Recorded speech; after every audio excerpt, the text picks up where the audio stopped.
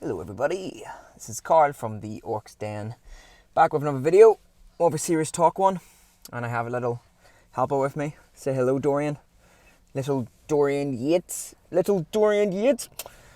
I have to mind him while I wait on my partner. I thought I would make a video, again more of a serious talk one, on something that's quite more relevant now, being that everyone's back in the full swing of things. And that's the aspect or perspective of the mental side and the psychological approach to training and weight loss and what have you. Being able to... So we can give you the tools. I mean, anyone can get the tools, the diets you need, the programs you need, the training you need, the tips and tricks, and the actual overall concept you need to achieve whatever it is you're looking for. Is it weight loss? Is it strength gains? Is it muscle growth? Whatever it may be, the tools are out there, readily available and easy to obtain. The bit that no one really talks about, and rightly so because none of us are fucking psychologists, but none of us are psychologists.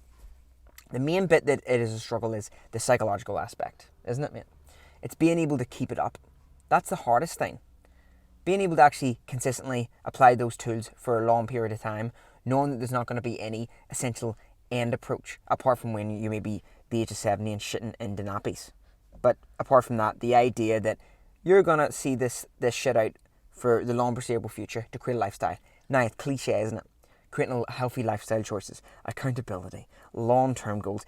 It is cliche, but there is a realistic approach. So everyone has the mindset. The common mindset right now is, I want to lose weight. But we all know, and you know yourself, that there's going to be an endpoint to that. I don't know when that endpoint is, but there's going to be a certain endpoint when that weight loss has an endpoint. You'll achieve it, and eventually you'll go back to square one, or you'll allow the natural processes just to take place enough to the time that you hope you won't gain weight, and you eventually will.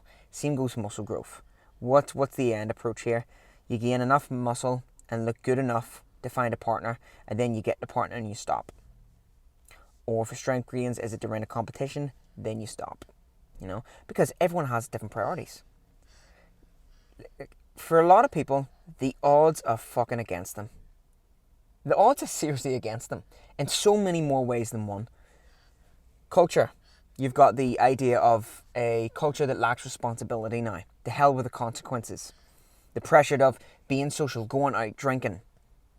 The accessibility to taste insanely tasty foods and fast foods. Insanely tasty foods. Everything is against you ultimately. And that's why I love about this game. I call it a game because it's the game I'm playing right now is, bodybuilding or just trying to become something a bit better. It's almost discipline like a monk. Every day you wake up, you're trying your best to do something that's kind of against the ordinary. Now, why is it against us? Well, we survive pretty comfortably now. No one has pressures anymore. We don't have pressures to hunt or the need for survival, essentially.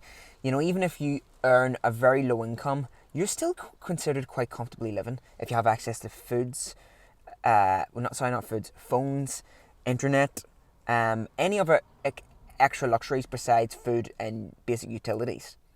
The idea that you can go down to your local shop and you have a wider range of accessible healthy foods or a wider choice than kings did back in the 18th, 17th, 16th century. The fact that you don't need to go out and hunt animals and gather bits of nuts and fruit just so you can see the next night ahead, that says a lot. And it's that comfortability that has grown us to be overabundant, and it's got us to where we've got to, where we almost do lack the responsibility. And I think that's the most interesting part about all this. So it's the psychological ability. Now, how do you overcome that? Because I'm not a psychologist. And really no trainers are. I could certainly pass you through 400 different videos on YouTube that try to give you a mental perk up, but ultimately, it's not going to do anything. Because it's up to how you absorb it in your head. Now, the approach I take, if you have kids, for example, like I said, the odds are against you. But I set myself tiny little motivation stamps. For Dorian here, I want him to look up to me. I want him to see me as a figure where, okay, being muscular isn't the most important thing in the world. It's certainly not, actually. It's very low down in that scale. But I want Dorian to look up to me as a certain masculinity father figure where he is proud of. Now, that could be without muscles. I get that. But I want him to see me that, especially when he gets older, that against all odds, I can be an adult. I can have that discipline to say, you know, I know them tasty foods. They're expedient things to chase. On the go, there and then, it's tasty. But you know what? Taste only lasts for fucking 10 seconds. After that, it's gone. Finito. You will not lie on your deathbed thinking, fuck, that pizza I ate on June 6th, 1992 was immaculate. You will not remember that. What you will remember is the things you've achieved. Absolutely. And that's the point. That's the point. You're trying to become something greater than yourself, and you do it for someone else. Do it for your kids. Show your kids that, listen, this is how adults act. I want you to eat your vegetables, son. I want you to go to school. I want you to work hard because daddy or because mummy does the exact same thing. Look at us. Now, I know you'd say weight loss and muscle growth isn't the be-all of... It's not. It's certainly not. However, it's a tiny aspect to what someone else could be observing you out there and going, do you know what? Fuck me. You're doing something that you're doing something that it's against the current flow of the culture. That's what I like about it. And we are. 100%. Especially if you stick at it as well. Especially if you keep at it. Every day, it doesn't matter, everyone will always flop up. You'll always have, you need moments where you eat your tasty foods and you have your fun. But see the next day, wake up and say, I'm going to start a new diet today. Oh fuck, I'm going to hit all them goals that I plan to hit again today. Doesn't matter if you fucked up the night before.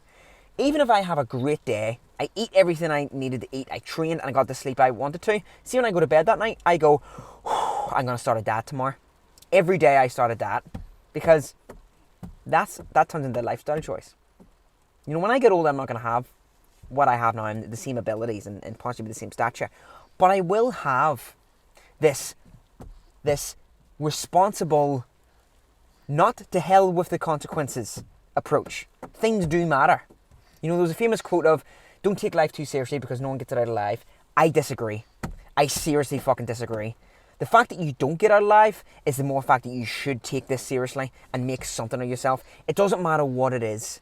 There are so many different hierarchical games out there for you to play and master or be competent in, so many that it doesn't even matter. It doesn't even matter. You pick one or you pick several and you get good at it. Doesn't matter if you're not the best.